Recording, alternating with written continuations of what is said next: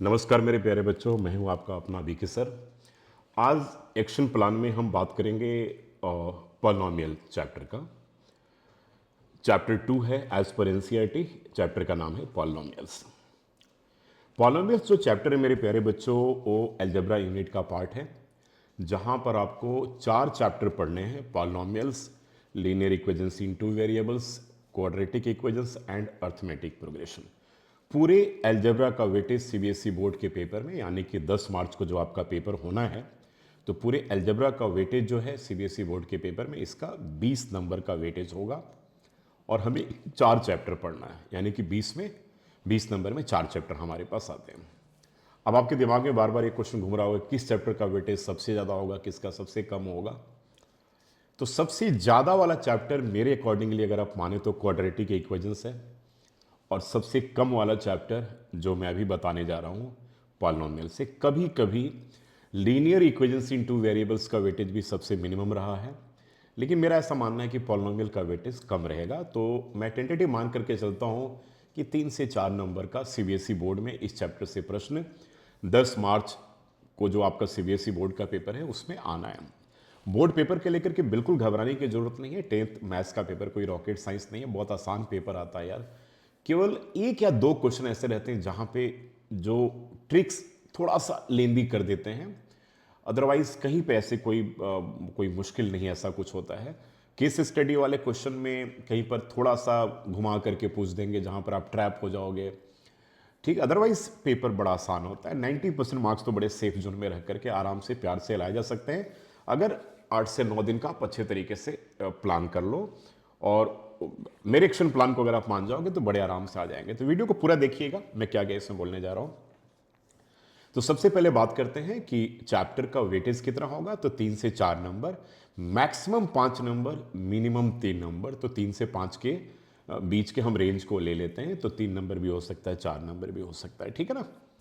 CBSE board का question paper का pattern आप सबको बड़े अच्छे से पता है कि टोटल 38 क्वेश्चंस होंगे, 5 सेक्शन होगा, 20, 5, 6, 4, 3 का कॉम्बिनेशन होता है। सेक्शन ई में केस स्टडी आएगा, और सेक्शन ए में 19th एंड 20th नंबर पे असर्शंस एंड रीजंस के क्वेश्चंस होंगे। उसके बाद बी सी डी जो होंगे, ये तीन के तीनों सेक्शन में you have internal choice question, आपके तीनों सेक्शन में 2-2 होंगे। और सेक्शन ई में भी 2 प्रश्नों में, 3 के तीनों प्रश्नों में एक एक आपके इंटरनल चॉइस के प्रश्न पूछे जाएंगे, जो 2 मार्कर वाले क्वेश्चन होंगे, है ना। तो बी सी डी और सेक्शन ई में भी आपके इंटरनल चॉइस होंगे 3 के तीनों प्रश्नों में। तो चलिए, इंटरनल चॉइस की बात हो गई, वेटेज का बात हो गया, सीबीएसई बोर्ड का पेपर का आउटलुक कैसा हो भी बात हो गया, पेपर मुश्किल नहीं होगा ये भी बात हो गई, ठीक है ना। अब हम बात करते हैं पॉलिनॉमियल चैप्टर को हम तैयार कैसे करें। ये बहुत इंपॉर्टेंट पार्ट है एक्शन प्लान में, यही तो है कि कैसे तैयार करें, और एक आधे घंटे में हम टोटल प्लान कैसे कर लें, और उसके अकॉर्डिंगली फिर आप प्रिपरेशन अपना कर लो। देखो जी, पॉलिनॉमियल में एनसीईआरटी बुक तो जीरो है, मेरी बात मान करके चलना, ठीक है, बुरा मत मानना। जो एनसीईआरटी बुक जिनके फेवरेट है ना, ठीक है, मैं मेरे भी फेवरेट है, ठीक है, लेकिन कुछ कुछ चैप्टर टोटल ट्रैश है, बिल्कुल बकवास है। तो पॉलिनॉमियल चैप्टर के लिए एनसीईआरटी बुक टोटली बकवास है, बुरा मत मानिएगा। अगर आप एडुकेटर हैं, बच्चे हैं, दोनों के लिए कह रहा हूँ, टोटल बकवास है। तो एनसीईआरटी बुक से कुछ आना जाना है नहीं यार सीबीएसई बोर्ड के पेपर में। ये बड़ा एक सिंपल से, चाहे आप बेसिक लेवल में हो, स्टैंडर्ड लेवल में हो। तो आइए इस चैप्टर को हम तैयार कैसे करें। तो मैंने आप सबके लिए एक्शन प्लान, बड़ा अच्छा सा बेहतरीन एक्शन प्लान बना करके लाया हुआ हूं, और मैं डिस्कस करूंगा लास्ट में। ये आपके पास देखिए एक्शन प्लान है पूरा, और इसमें मैंने पूरा कंप्लीट लिख करके बताया कि क्या क्या आप कर लेंगे और किस तरीके से आपको करना होगा। तो एक्शन प्लान आप सबको हेल्प करेगा। तो एक्शन प्लान हो गया, यूनिट वाइज वेटेज अलजेब्रा का 20 नंबर है, 3 से 5 नंबर मैंने बोला था ना, ये है। और 2-3 घंटे तैयार अगर आप कर लेंगे इस चैप्टर को, तो आराम से 3 से 5 नंबर आपका कंफर्म्ड आपका आ जाएगा। तो चलिए अब बात करते हैं इसमें क्या क्या हमें करना चाहिए। देखिए, अगर हम एनसीईआरटी बुक की बात करें ना, सब तो उसमें कुछ नहीं दे रखा। ग्राफिकल प्रेजेंटेशन, पहले एक्सरसाइज में आपको 3-4-5 ग्राफ मिल जाएंगे। y equals to P of X का ग्राफ मिल जाएगा, x equals to P of Y का ग्राफ नहीं है, y equals to P of X का ग्राफ है। यानी कि जब कोई भी ग्राफ जो है, अगर उसका इंटरसेक्शन पॉइंट अगर एक्स एक्सिस के ऊपर हो, तब हमें जीरोस फाइंड करने हैं, वही केवल एनसीईआरटी में दे रखा है। तो y equals to P of X है। पी ऑफ एक्स का मतलब इन लेमैन का लैंग्वेज में आप ये समझिए कि intersection point at X axis, और x equals to P of Y अगर हम बोलेंगे तो intersection point at Y axis. तो आपके एनसीईआरटी में y equals to P of X का ग्राफ है, देखकर फटाफट बता देते हैं 1 2 1 2 3, ठीक है भाई, तो इतने उसके जीरोज होंगे। तो पहला एक्सरसाइज फिनिश। अगले एक्सरसाइज में किसी भी क्वाड्रेटिक पॉलिनोमियल का जीरोज निकालने के लिए पहला प्रश्न है, जहां पर जीरो निकालिए उसके रिलेशनशिप को कोएफिशिएंट से वेरीफाई कीजिए। एक प्रश्न हो गया। और उसके अगला जो क्वेश्चन है कि आपके पास सम एंड प्रोडक्ट्स दे रखे हैं, तो आप क्वाड्रेटिक पॉलिनोमियल बताइए। That's it. ठीक है, यही एनसीईआरटी है, तो इससे कुछ आना जानी है, टोटली ट्रैश है। तो चलिए अब हम इसको कैसे समझते हैं। तो पहले एनसीईआरटी वाले पार्ट को ले लें। तो सबसे पहला आप कैसे तैयार करेंगे, सबसे पहला ऐसे तैयार करें कि 9th क्लास की बुक ले लें, सिंस 9th में भी यह चैप्टर आपको पढ़ना है। तो 9th क्लास की बुक को ले लें और उसका जो समरी है किसी भी बुक से ले लें, आरडी हो, आरएस हो, एनसीईआरटी हो, एग्जाम्पलर में ज़्यादा बेहतर दिया हुआ, ठीक है ना, जो शुरू में ही दे रखा है पूरा। तो एक बार उसको अच्छे तरीके से आप रीड कर लीजिए, ठीक है। और एनसीईआरटी में जो लैंग्वेज दे रखे हैं ना, ठीक है, उसको भी एक बार जरूर पढ़ लीजिएगा। वहाँ से कुछ ना कुछ प्रश्न कभी कभी बोर्ड के पेपर में पूछे गए। तो आधे घंटे का टाइम लगेगा, नथिंग इज डिफिकल्ट। एक बार पढ़ लीजिए।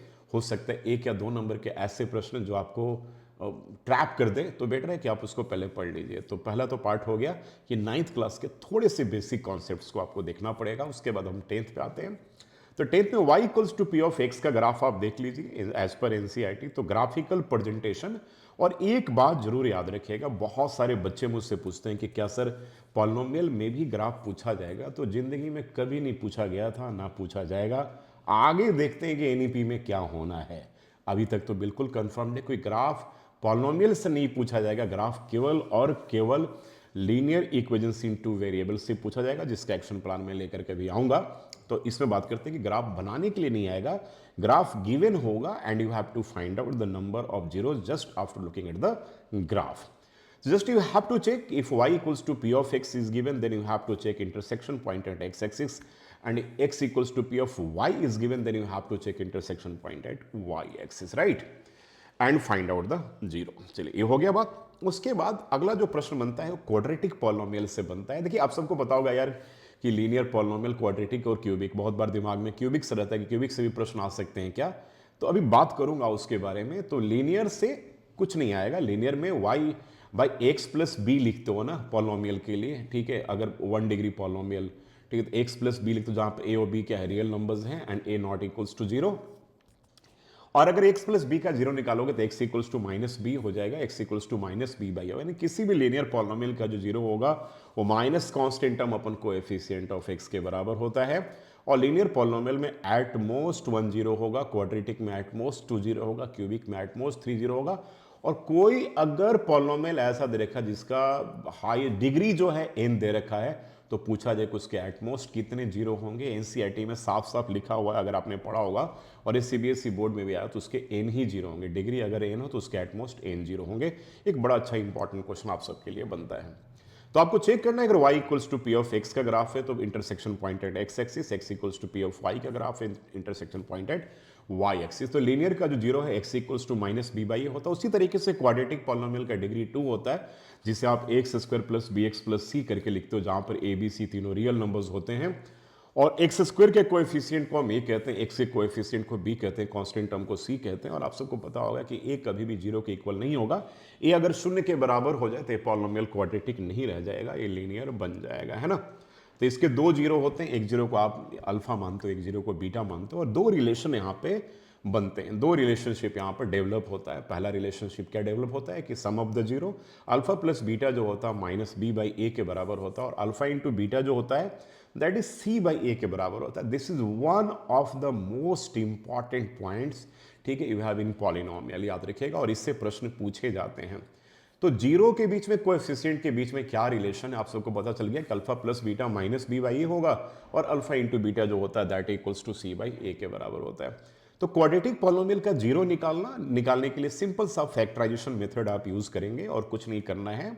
2 जीरो आपके निकलेंगे, दोनों जीरो का सम निकाल लीजिए, यानी कि अल्फा प्लस बीटा निकाल लीजिए, और उसे प्रूव करके दिखा दीजिए कि माइनस बी बाई ए के बराबर होता है। दोनों का प्रोडक्ट निकाल लीजिए और प्रूव करके दिखा दीजिए कि सी बाई ए के बराबर होता है। एनसीईआरटी में जो 5 से 6 प्रश्न दे रखे हैं, उसमें क्वाड्रेटिक पॉलिनोमियल में जितने टाइप के क्वेश्चंस बनते हैं वो जरूर दे रखा है। देखिए मेरे अकॉर्डिंगली अगर आप माने 3 तरीके के इक्वेशंस को अगर आप तैयार कर लेंगे, मान लीजिए आपने तैयार किया कि x square minus 5x plus 6, यहां पर ए का वैल्यू तीनों non zero, A B C तीनों नॉन जीरो रियल नंबर्स है, नहीं, और एक ऐसा मान लीजिए 2x² माइनस 4x, यहाँ पर c का वैल्यू 0 हो गया, और एक x² माइनस 2, तो यहाँ पर b का वैल्यू 0 हो गया। तीन टाइप के ही ब्रॉडली इक्वेशंस बनते हैं, सॉरी पॉलिनोमियल्स बनेंगे आपके क्वाड्रेटिक के केस में, ठीक है।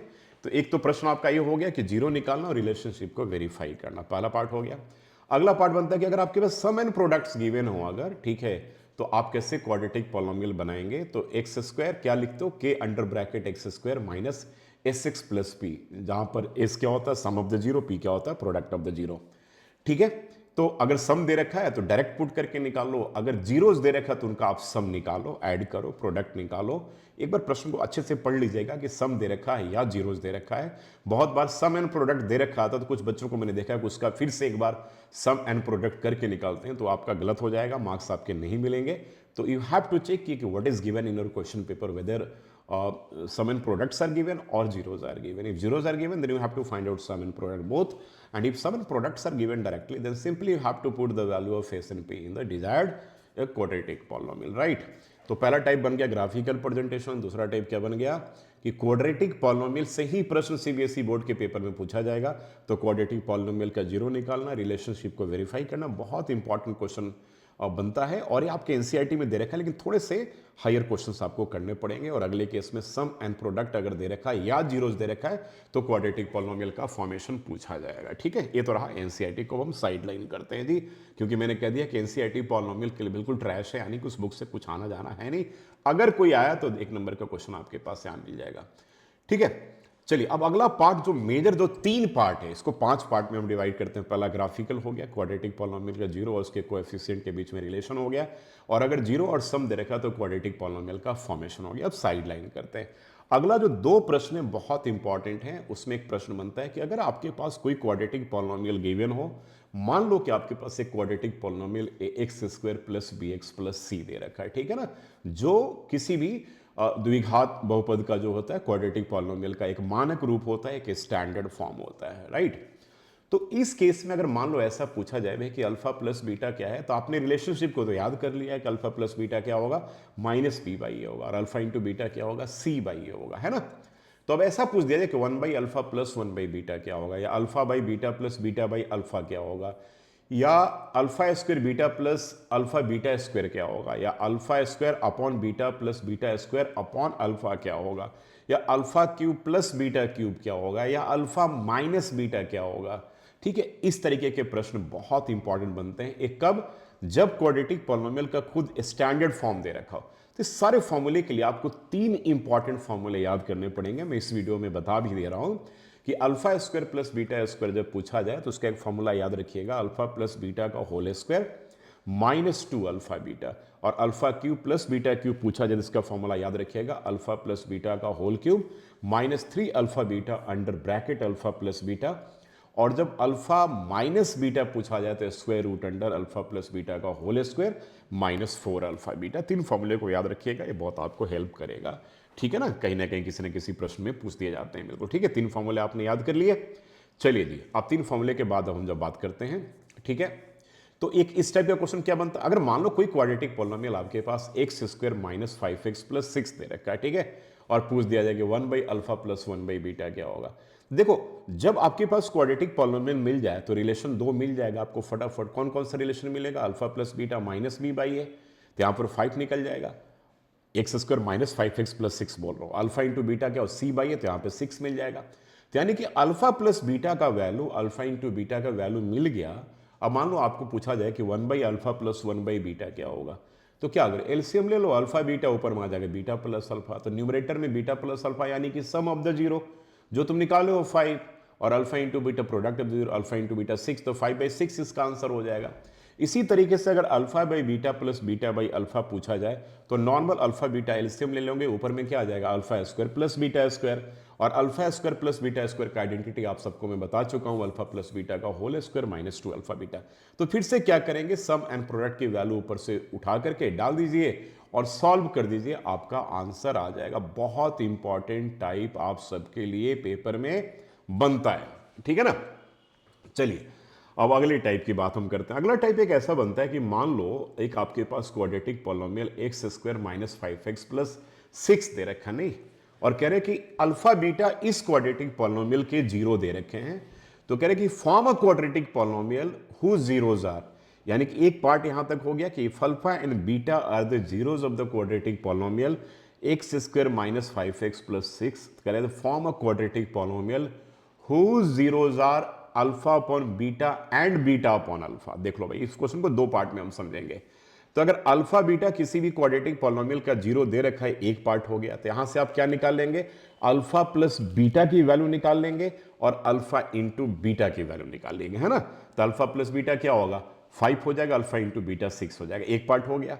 अब मान लो कह रहे हैं कि form of quadratic polynomial who zeros are, alpha by beta दे रखा है एंड बीटा बाई अल्फा एक जीरो दे रखा है। तो उन जीरो का अब क्या करोगे, तुम सम निकालोगे। अल्फा प्लस बीटा मत लिखना, एस लिखना। सम क्या हो जाएगा, alpha upon beta plus beta upon alpha. इनको सॉल्व करके जो आपने पहले alpha plus beta alpha into beta का वैल्यू निकाला है, उनको आप यहां पर सब्सटीट्यूट कर दीजिएगा, तो आपके पास एस का वैल्यू निकल जाएगा। फिर प्रोडक्ट क्या निकलेगा, alpha upon beta into beta upon alpha, तो कट करके ऐसे ही 1 हो गया, तो एस और पी निकल गया। एस और पी जब मिल जाए, यानी कि सम एंड प्रोडक्ट जब मिल जाए, तो इसको जनरल फॉर्म पे क्या पुट करोगे, के अंडर ब्रैकेट, जहां पर के कोई कांस्टेंट है, के under bracket x square minus S x, यानी कि एस का वैल्यू पुट कर दीजिए, एंड प्लस क्या प्रोडक्ट, यानी कि प्रोडक्ट का वैल्यू पुट कर दीजिए। या इसको दूसरे लैंग्वेज में ऐसे भी बोलते हो कि के under bracket x square minus alpha plus beta x plus alpha into beta, इसके वैल्यूज को पुट कर दोगे तो आपका आंसर बन जाएगा। ये अगला टाइप हो गया, समझ में आ गया। तो देखो, graphical presentation, quadratic polynomial, quadratic polynomial में अगर आपके पास अगर जीरो दे रखा है तो, या सम दे रखा है, प्रोडक्ट दे रखा है, तो क्वाड्रेटिक पॉलिनोमियल का फॉर्मेशन। फिर अगर आपके पास कोई क्वाड्रेटिक पॉलिनोमियल दे रखा है, अल्फा और बीटा के केस में इवैल्यूएशन। अगला टाइप बन गया कि अगर कोई क्वाड्रेटिक पॉलिनोमियल का अल्फा और बीटा जीरो दे रखा है, तो क्वाड्रेटिक पॉलिनोमियल का फॉर्मेशन करो जिनके जीरोस दे रखे हो। बहुत इंपॉर्टेंट क्वेश्चन आप सबके लिए बनता है किसी भी अच्छे रेफरेंस बुक में, चाहे बीके सिंह हो, आर एस अग्रवाल हो या आर डी शर्मा हो, ऐसे क्वेश्चंस आपको सॉल्व एग्जाम्पल मिल जाएंगे। 4-5 क्वेश्चन आप प्रैक्टिस कर लेंगे तो टोटली आप सेफ हो जाएंगे। इसके बाद देखो, एक ऐसा क्वेश्चन आता है, उसको मैं अपने लैंग्वेज में ऐसा बोलता हूं कंडीशनल क्वेश्चन। शर्त दे रखा आपके पास और पूछा जाएगा के की वैल्यू निकालो, या एम की वैल्यू निकालो, या पी की वैल्यू निकालो, खास करके के का वैल्यू। मान लो ऐसा दे रखा है कि अगर एक क्वाड्रेटिक पॉलिनोमियल दे रखा है एक्स स्क्वायर माइनस 5 के एक्स प्लस 6, और इसके कह रहे हैं कि अल्फा बीटा इसके जीरोस दे रखे हैं ना, और एक साथ में कंडीशन दे रखा है कि alpha square plus beta square plus alpha beta equals to 21/4। तो कह रहा है कि के का वैल्यू निकालो। बहुत इंपॉर्टेंट क्वेश्चन आप सबके लिए बनता है, बहुत इंपॉर्टेंट क्वेश्चन बनता है। देखो, शर्त का मतलब यहां पर क्या हो गया कि आपके पास एक कंडीशन दे रखा है। तो भाई, जब तुम्हारे पास क्वाड्रेटिक पॉलिनोमियल गिवन है, तो आप क्या निकाल सकते हो, बताओ तो आप क्या निकाल सकते हो, अल्फा प्लस बीटा निकाल सकते हो और अल्फा इंटू बीटा निकाल सकते हो। निकाल लिया आपने, जो भी आएगा के टर्म्स में आएगा, विदाउट के टर्म्स में आ गया ना। और जो शर्त दे रखा है, क्या शर्त दे रखा था कि alpha square plus beta square plus alpha beta equals to 21/4। तो alpha square plus beta square का फॉर्मूला आप सबको पता है, उसको लिख करके जो शर्त दे रखा है उसको यहां पर पुट कर दो, इक्वल्स टू 21/4, तो के का मान निकल जाएगा। यानी कि ऐसा एक प्रश्न आएगा जहां पर एक आप अल्फा बीटा किसी भी क्वाड्रेटिक पॉलिनोमियल के जीरोस दे रखे हैं, और वहां पर कहीं भी पॉलिनोमियल में आपको के का वैल्यू दिखेगा, या पी दिखेगा, एम दिखेगा, अननोन टर्म आपको एक दिख जाएगा, और साथ में एक शर्त भी दे रखा है कि अगर ऐसा हो तो उसमें क्या करोगे, नॉर्मली उस फॉर्मूले को पुट करके फिर उस वैल्यू को put, alpha plus beta alpha into beta को पुट कर दो, के निकल जाएगा। बहुत इंपॉर्टेंट क्वेश्चन बनता है, last but the not the list. ठीक है, इसमें क्या बनता है आपके पास, देखो ऐसे भी कभी कभी क्वेश्चन आए हैं कि जो 9th क्लास से आ गया है। ठीक है, मान लो कह रहे कि भाई, अगर कह रहे कि 2 जो है, 2 किसी भी quadratic polynomial x square minus 5 के एक्स प्लस 6 का एक जीरो है, तो कह रहा के का मान निकालो। यार, जीरो का मतलब क्या हो गया यार, कि उस वैल्यू को अगर हम पॉलिनोमियल में पुट करेंगे तो रिजल्ट क्या होगा, जीरो के इक्वल हो जाएगा। यानी कि एक्स के जगह पे क्या करना है, आपको 2 को पुट करना है, इक्वल्स टू 0 करके के का वैल्यू निकाल लेना है। अगर आप इतने प्रश्नों को अच्छे तरीके से तैयार कर लेंगे टाइप वाइज, तो पॉलिनोमियल आपका टोटली सेफ है। अब आप सोच रहे होंगे कि यार बीके सिंह सर, मैं तो कोई पेपर पेन पे करवा ही नहीं रहा हूं, किसी किताब को हाथ में नहीं पकड़े हुए हूं। This is called visualisation of the chapter. ठीक है, आप किसी भी चैप्टर को अगर विजुअलाइज कर लेते हो, दिमाग में बिठा लेते हो कि हमने यहां से स्टार्ट किया था, एक एक पॉइंट करके हम ऐसे जाते रहे और चैप्टर फिनिश हो गया, तो मैथमेटिक्स में कभी भी आपको प्रॉब्लम नहीं होगी। मैंने पूरे चैप्टर को विजुअलाइज किया हुआ है, इसलिए मुझे books RD, RS, NCERT exemplar किसी की जरूरत नहीं पड़ती है। और पॉलिनोमियल के लिए एनसीईआरटी किताब काम के लायक नहीं है। तो किसी रेफरेंस बुक से थोड़ा सा सॉल्ड एग्जाम्पल के क्वेश्चंस को प्रैक्टिस कर लीजिएगा, एनसीईआरटी जरूर कर लीजिएगा सॉल्ड एग्जाम्पल पे। बाकी क्यूबिक पॉलिनोमियल वगैरह से क्वेश्चन नहीं पूछे जाएंगे, आप सबके दिमाग में ही घूम रहा होगा। अगर ज़्यादा टाइम है, 2 मिनट का टाइम लगता है। क्यूबिक पॉलिनोमियल में क्या होगा, x cube plus B x square plus c x plus d होता है। 3 जीरो होंगे, 3 रिलेशन होंगे, alpha plus beta plus gamma minus B by a, alpha beta plus alpha gamma plus beta gamma c by alpha into beta into gamma जो होगा minus D by A के बराबर होता है। और नथिंग मोर देन दैट। आराम से relaxed होकर के तैयार करो और एक दिन में टारगेट करो कि 28 तारीख को पेपर देकर आओ और आने के बाद आपका ये 2 चैप्टर फिनिश हो जाए। दैट मीन्स कि आपने 10 नंबर की तैयारी सॉलिड तरीके से कर ली। और इन छुट्टियों में सैंपल पेपर लेकर के आप मत बैठो, मेरा रिकमेंडेशन नहीं है। देखो, जब आपकी तैयारी अच्छी नहीं होगी, आप चाहे 50 सैंपल पेपर कर लो, आउटपुट नहीं निकल कर आना। तो बेटर तरीका क्या होता है कि आप पहले अपने कॉन्सेप्ट को ठीक कर लो, अच्छे से एक बार कॉन्सेप्ट को कर लो, फिर अगर बाद में करना ही हो तो एक सैंपल पेपर कर लेना। वो किसी मार्केट का सैंपल पेपर नहीं भी कर रहे हो तो कोई दिक्कत नहीं, लास्ट ईयर का सीबीएसई बोर्ड का पेपर कर लो, एक पेपर कर लो। 2024 का 23 का जो भी पेपर है प्रीवियस ईयर्स का, एक पेपर कर लोगे, 24 का पेपर कर लेना एक, तो आपसे पर्पस सॉल्व हो जाएगा। और टाइम मैनेजमेंट के लिए उसके ऊपर मैं वीडियो बना करके डालूंगा, ठीक है। तो अब आ जाते हैं एक बार, जो एक्शन प्लान मैंने आप सबके लिए बनाया हुआ, ये मेरा एक्शन प्लान हो गया। अब जो जो मैंने बोला उस सारी चीज़ों को मैंने जो विजुअलाइज करके बताया था ना, उस सारी चीज़ों को मैंने यहाँ पर डाल दिया। देख लो, पहला आ गया basic concepts about polynomials, degree, coefficient, standard form, ये सारा 9th में आपने पढ़ा हुआ है। उसके बाद क्वाड्रेटिक पॉलिनोमियल से ही बेसिकली क्वेश्चन पूछा जाए, graphical presentation, relationship between zeros and coefficient, on finding quadratic polynomials when the sum and product of its zeros are given, आ गया ना। On finding the values of symmetric expression involving zeros of the quadratic polynomial, finding another polynomial if alpha and beta are the zeros, बोल चुका। On finding unknown term, ये भी बता चुका था। और लास्ट में आ गया क्यूबिक पॉलिनोमियल का जीरो निकालना, रिलेशनशिप को वेरीफाई करना, लेकिन क्यूबिक से प्रश्न नहीं पूछा जाएगा। यह रहा पॉलिनोमियल का टोटल, हमने एक स्केच तैयार करके आपको दे दिया। इसके अकॉर्डिंगली प्लान करो, 10 मार्च का पेपर आपका बहुत बढ़िया जाएगा। ट्रस्ट मी, मैंने अभी लाखों बच्चों को ऐसे देखा है, उनको मैंने हेल्प भी किया है और उनको फ़ायदा मिला है। आप भी प्लान करके आप पढ़ाई कीजिए। टाइम का अपना एक एक सेकंड आपके लिए बहुत प्रीसियस है, उसका यूटिलाइज कीजिए। पूरे के पूरे आपके बड़े अच्छे मार्क्स आ जाएंगे, ठीक है। और पॉलिनोमियल से जो प्रश्न आएगा वो सेक्शन ए में हो सकता है, एक या 2 प्रश्न, और एक सेक्शन बी में हो सकता है। अदरवाइज अगर केस स्टडी में एक आ सकता है प्रश्न, पक्का आ सकता है, तो 4 नंबर में आ गया, तो अब कहीं भी पॉलिनोमियल आपको देखने को नहीं मिलेगा, केवल एक ही प्रश्न देखने को मिलेगा पॉलिनोमियल में। अब पॉलिनोमियल में अगर क्वेश्चन अगर केस स्टडी में अगर आ गया तो खास करके वो पैराबोला आप पढ़े हो ना, यू अप और यू डाउन, जो क्वाड्रेटिक पॉलिनोमियल का जो शेप होता है, ठीक है। यू ऊपर की तरफ खुलता है जब ए का value x square plus B x plus c में ए का वैल्यू पॉजिटिव होता है। अगर ए का वैल्यू नेगेटिव हो तो डाउनवर्ड तरीके से डायरेक्शन में खुलेगा, ठीक है। और उसको पैराबोला कहते हैं। ये भी आता है क्वेश्चन कभी कभी, इसको पैराबोला, यू अप और यू डाउन को हम क्या कहते हैं, पैराबोला कहते हैं, याद रखिएगा, ठीक है। और ए का वैल्यू पॉजिटिव होगा जब तो ऊपर की तरफ, ए का वैल्यू नेगेटिव होगा तो नीचे की तरफ। तो बड़ा सिंपल सा प्रश्न आता है। So nothing to worry, this is all about the polynomial. Thank you so much मेरे प्यारे बच्चों, गॉड ब्लेस यू ऑल। खूब मेहनत कीजिए, खूब पढ़ाई कीजिए, मेरी ब्लेसिंग्स आप सबके साथ है। फिर से मैं बोल रहा हूँ, घबराने की कोई जरूरत नहीं है, ठीक है। आराम से 9 दिन का टाइम, बड़ा पीपल आर वेरी लकी कि आपको 9 दिन का टाइम मिल गया सीबीएसई बोर्ड का मैथ्स का प्रिपरेशन करने के लिए। जिन्होंने पूरे साल नहीं पढ़ाई किया हो उनके लिए भी एक तरह से वरदान की तरह है, तो बहुत अच्छा कर पाएंगे। Thank you so much and God bless you all, bye, take care.